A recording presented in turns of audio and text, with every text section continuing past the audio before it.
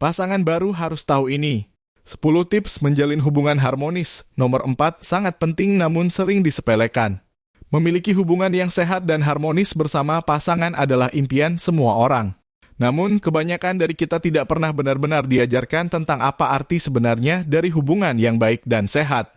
Dilansir dari Mindbody Green, tips utama untuk memiliki hubungan yang baik dan sehat adalah menjadi komunikatif dan proaktif pada pasangan. Yang pertama, melakukan kembali kegiatan saat awal berpacaran.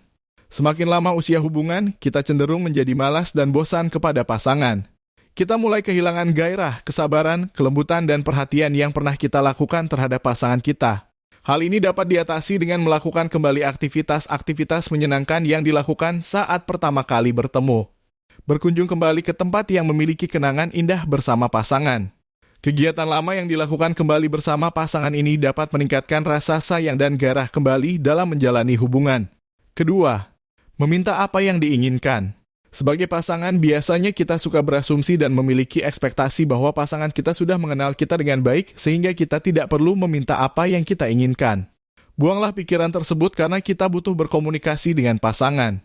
Jangan berharap pasangan akan memberikan sesuatu yang kamu inginkan secara tiba-tiba. Kamu harus mengatakan dan meminta apa yang kamu inginkan agar kamu dan pasanganmu tidak salah persepsi terhadap keinginan masing-masing. Jika kamu tidak meminta apa yang kamu inginkan dan keinginan kamu tidak terpenuhi akan menjadikan pertanyaan dalam kelangsungan hubungan kalian. Yang ketiga adalah menjadi seseorang yang mengerti pasanganmu. Selalu mengingat kesukaan dan yang tidak disukai dari pasangan adalah salah satu cara untuk mengerti pasanganmu. Jangan berspekulasi tentang apa yang pasanganmu inginkan, tapi kamu hanya perlu melakukan apa yang mereka mau. 4. Tanyakan hal-hal kecil yang terjadi pada hari ini. Komunikasi dalam hubungan adalah hal yang utama, tidak hanya berbagi dan menjalani hal-hal besar saja. Sebagai pasangan kita juga harus mengetahui hal-hal kecil yang mungkin terlewatkan. Tidak hanya bertanya dengan pertanyaan standar bagaimana harimu, tapi kalian juga harus menanyakan hal-hal detail yang terjadi pada hari itu. Apakah mood pasanganmu baik atau sedang buruk? Apa yang membuat moodnya baik atau buruk? Atau bisa dimulai dengan menceritakan hal kecil atau konyol untuk lebih meningkatkan komunikasi. Dari berbagi kisah hal kecil atau kejadian lucu dengan pasangan dapat meningkatkan kualitas hubungan asmara kalian. Yang kelima, melakukan evaluasi kegiatan setiap minggu. Melakukan evaluasi dapat dimulai dengan saling bertanya apa saja kegiatan yang berhasil dan tidak berhasil dilakukan. Dengan melakukan evaluasi kegiatan sebagai pasangan dapat memberikan kritik dan saran yang harus dilakukan untuk meningkatkan potensi diri untuk menjalani aktivitas di minggu selanjutnya. Selain itu, kesempatan ini juga dapat dimanfaatkan untuk menyamakan jadwalmu dengan pasangan. Saling mengetahui jadwal satu sama lain sehingga dapat merencanakan kencan. Tidak hanya evaluasi, tetapi momen ini juga dapat digunakan untuk membicarakan bagaimana ekspektasi, harapan, dan keinginan kalian dalam hubungan ini ke depannya. 6. Memaksimalkan waktu saat bersama.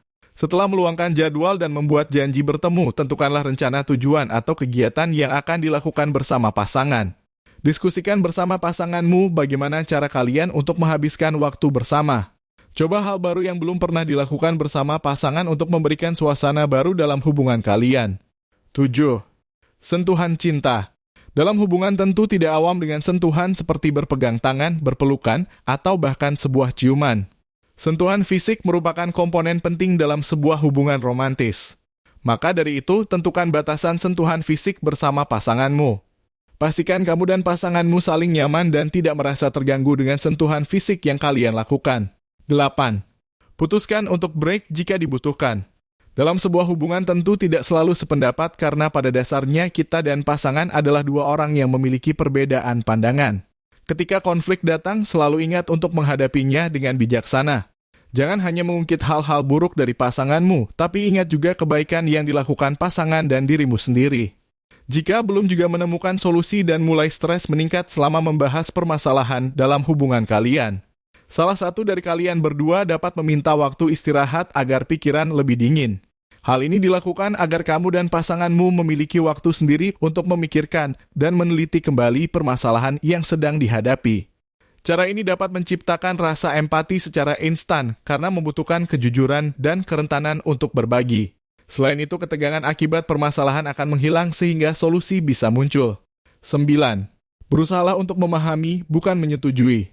Saat berada dalam konflik atau permasalahan, jangan mengandalkan emosi untuk menyelesaikan perdebatan.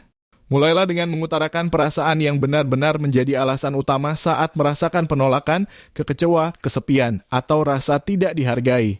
Pilihlah cara untuk melakukan pendekatan percakapan sebagai kesempatan untuk memahami perspektif pasanganmu. Dari perspektif ini, kita dapat melakukan dialog yang menarik dan mencegah pertengkaran yang meledak-ledak atau rasa frustasi yang berkepanjangan. 10. Jadikan permintaan maaf tidak terasa percuma. Meminta maaf adalah hal yang baik, namun hanya akan memberikan dampak yang nyata jika kamu melakukannya dengan bersungguh-sungguh. Jika hanya mengatakan hal-hal seperti aku minta maaf jika aku membuatmu kesal tetapi kamu tidak mengetahui bahkan tidak setuju bahwa tindakan yang dilakukan salah, itu akan sia-sia. Kamu harus menerima bahwa pasanganmu merasa terluka akibat perilakumu. Dari titik ini, permintaan maaf yang tulus dapat memberikan dampak yang signifikan. Ketika kamu mencintai pasanganmu dan menyakiti mereka baik secara sengaja atau tidak, kamu selalu dapat meminta maaf secara sah atas rasa sakit yang kamu timbulkan, terlepas dari sudut pandangmu tentang kebenaran suatu hal yang kamu lakukan. Hal penting yang harus diingat agar permintaan maaf tidak sia-sia adalah dengan memahami kesalahan dan berusaha untuk tidak mengulangi lagi di kemudian hari. Nah, teman-teman semua, itu tadi 10 tips menjalin hubungan harmonis untuk pasang yang baru menikah. Semoga video ini bermanfaat. Sampai jumpa di video selanjutnya.